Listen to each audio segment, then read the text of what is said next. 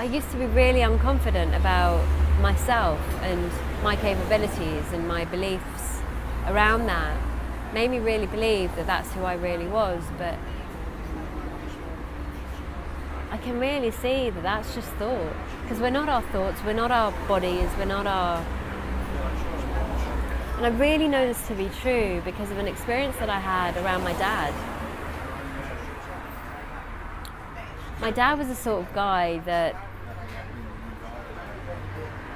well, he was a lot older than most dads actually.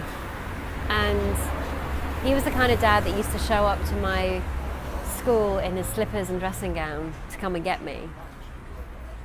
But that was on a good day. On a bad day, he would show up in that get-up without his teeth. So you can imagine, I was really embarrassed, and I would call him Granddad just so that my friends didn't know that he was actually my dad.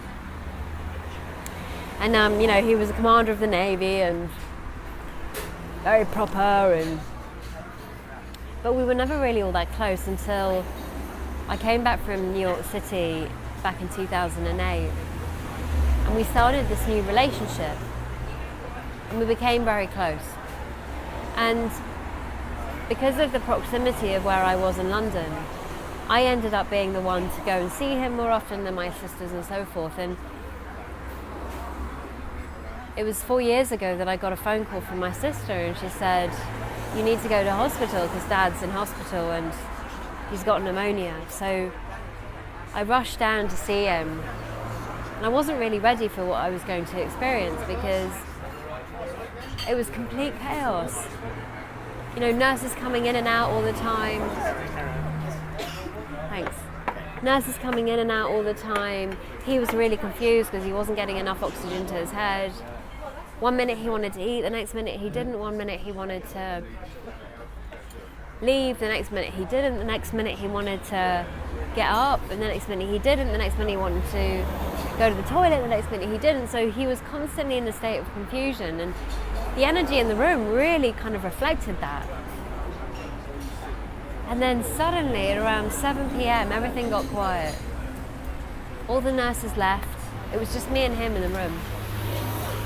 And I remember just sitting, he was sitting on his chair and I was sitting on his bed, and we were watching the 7 o'clock news, which was his favourite thing to watch. And as I was watching, I felt his hand grow heavy in mine. And I turned around and I thought he'd fallen asleep. But actually,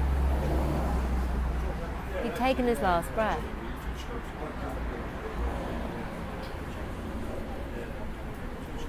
But it was really beautiful because I knew that he'd had this amazing life. I don't know if the dog agrees.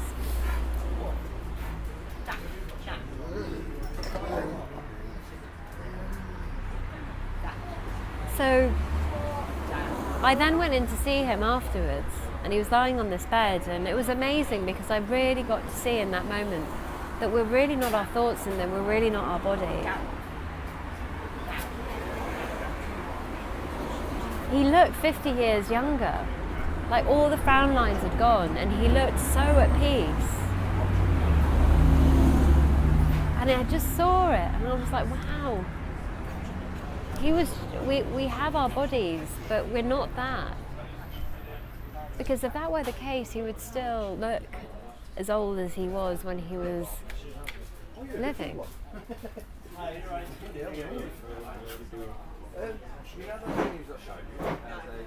And so I know now that whenever we think we are something, we're not. We're not that. We can't be our thoughts. We're certainly not our body. Because even when if we break our arm, we're still functioning.